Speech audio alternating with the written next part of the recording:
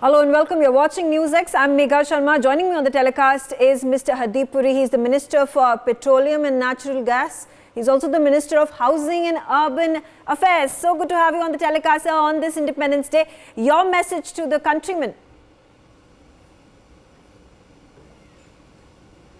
Thank you very much, Megha ji. I send you my greetings on Independence Day. Thank you. Thank you, sir.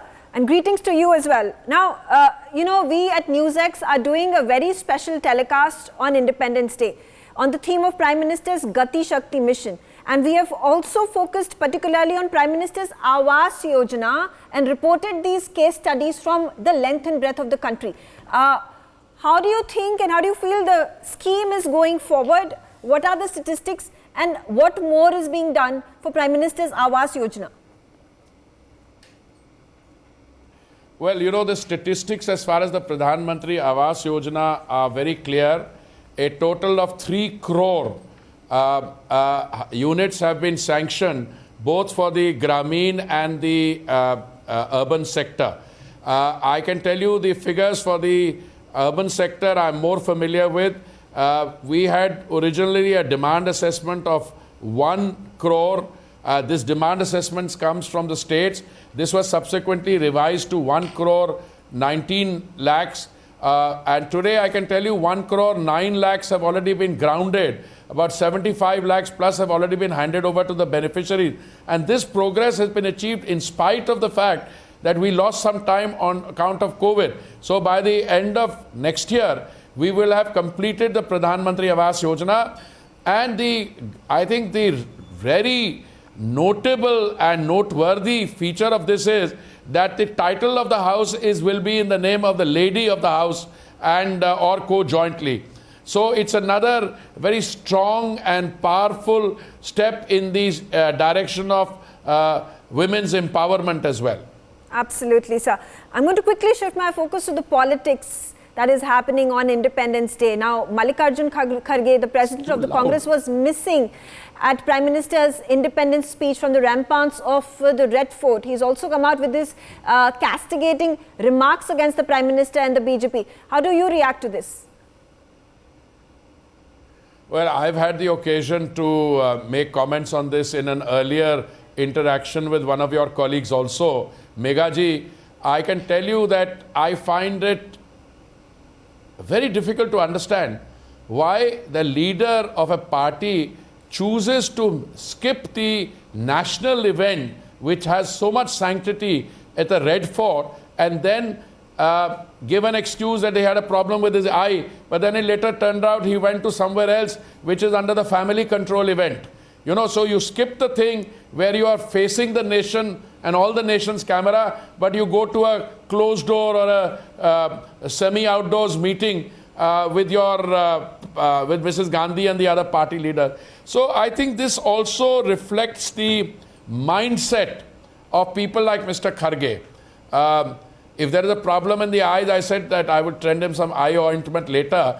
But I think it is very difficult to understand how you can miss an event like 15th August just because you are feeling increasingly frustrated that the opposition has a growing disenchantment that people have with the opposition. Their political space is diminishing. It must be that kind of feeling which makes them miss events like this. Okay, all right. You know, the Chief Minister of Delhi, Arvind Kejriwal, has also taken a pot shot at Prime Minister Narendra Modi. He said, while the Prime Minister goes about talking that India is a Vishwaguru, giving India the tag of Vishwaguru, it's difficult to implement it. It's easy to make these tall claims and speeches because of the fact that there are several parts of the country where development cannot be seen. He says when there is 8 hours of electricity cut in several parts of the states, how can India be a Vishwaguru? I think the Honorable Chief Minister of Delhi is missing the larger point. Whenever you talk about development and progress, you must always look at the starting point and you compare it to that. Now, if you look at India, what stares one in the face is that you have a situation where the basic tenets of development have been delivered in these last 10 years. And I can give you a few examples. Therefore, for Mr. Kejriwal to talk about some lag in development because some electricity is not available somewhere, what is he comparing it to? I will offer Mr. Kejriwal at least 15 schemes of the center, and I would challenge him to tell me what he has done. There are some fantastic schemes of the center like Ayushman Bharat, whereby 5 lakhs of rupees are given to every family, or could be available to every family for medical treatment, for diagnostics, checkups, for medicines, for surgery, post-operation care. He has not made that available in Delhi. I can give you several other examples. Mr. Kejriwal is the author of a new brand of politics which believes in using the mob as an instrument of democracy. What he did in January 2014 through instruments like Mr. Somnath Bharti, and he himself held the city to ransom. Mr. Kejriwal has a habit of spending money on self-advertisement, and for instance, instead of giving his share to the RRTS in Delhi, when he was asked by the Supreme Court as to how much money had been spent by him and his party on advertisements, he said in 3 years they spent 1,100 crores. He bought some equipment for 60 lakhs and he spent 23 crores in advertising himself and that equipment. So Mr. Kejriwal is capable of holding a master class in obfuscation and anti-development rhetoric. By the way, he was sitting next to me in the at the Red Fort today when we were listening to the Honorable Prime Minister speak with rapt attention. I didn't hear him make any comments. So maybe in order to keep relevant, he makes these things. But you know, when the Honorable Prime Minister says 3 things, one is that we must rid ourselves of corruption. Mr. Kejriwal should take heed to that. Entrenched corruption. Okay. Next, he is talked about Parivarvad. And Mr. Kejriwal should take care of that also, because he is aligning with parties which believe only in Parivarvad. And the third is appeasement. I think Mr. Kejriwal has not been around long enough to understand the full meaning of appeasement. But as we go along, I think he will understand that also. I think Mr. Kejriwal is a new political startup, and I think he and his team should mature into what I call solid development-oriented politics as against this Revdivad which he has been practicing.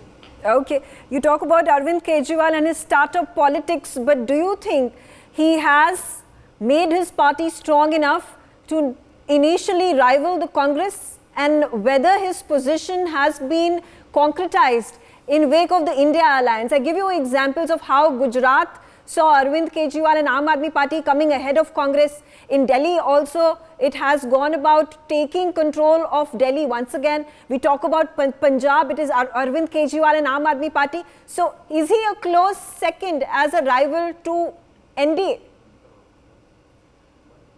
No, I would be very careful in drawing any comparison.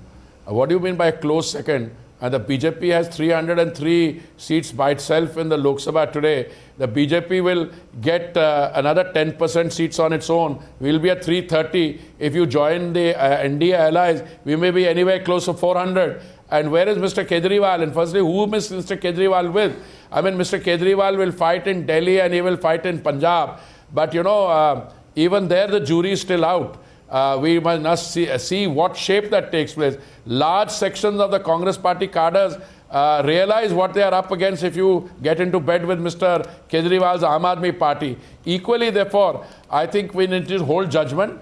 I think the issue is which of these parties in the so-called opportunistic alliance will hold it out. And already in West Bengal, we see posters of Mamta for Prime Minister.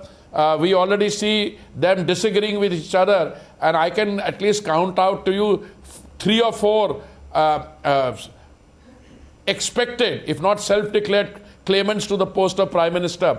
So I think this is that kind of game, whereas the people of India will choose on the basis of who can provide stable, development-oriented policies for the next 5 years in the 2024 election. Okay. Also talking about Prime Minister Narendra Modi as an Independence Day speech today and on the ramparts of the Red Fort. Now, the 3 points that he has mentioned that are politically explosive are fighting corruption, appeasement and dynastic politics.